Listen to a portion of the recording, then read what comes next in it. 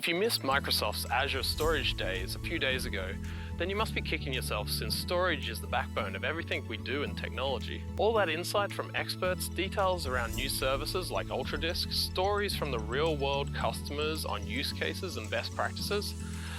I guess you'll have to wait till next year, or just watch the next 5 minutes and get up to speed on everything you would have learned in that entire day.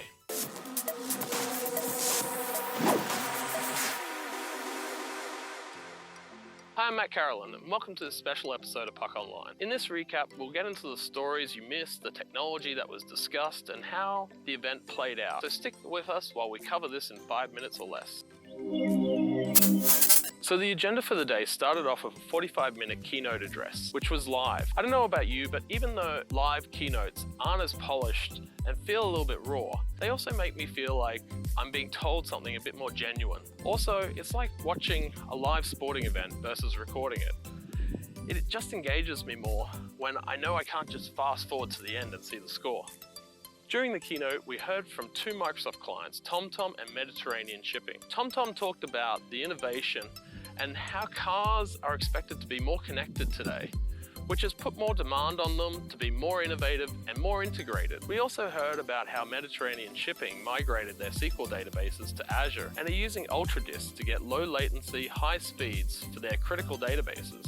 After those two customer success interview style stories, we got a little bit into the technology with NFS3, data storage, and Azure Files. It's always interesting to hear the mind-blowing numbers about growth projections on storage. No visualizations were shown this time around, like how many times storage would wrap around the Earth, or stacking hard drives, how many times we'd reach Mars and back. But the numbers were still interesting. Data is projected to grow to 175 zettabytes by 2025, which to me doesn't really mean that much these days. But I did find interesting that more than 80% of data will be unstructured. After the keynote, there were breakout sessions and live Q&A, which was great. The topics covered were scaling object storage, shared enterprise storage, performance-intensive block storage, accelerating migration, and the day ended with modernization of apps, covering Kubernetes, web, mobile, and serverless apps, and how storage plays in all that.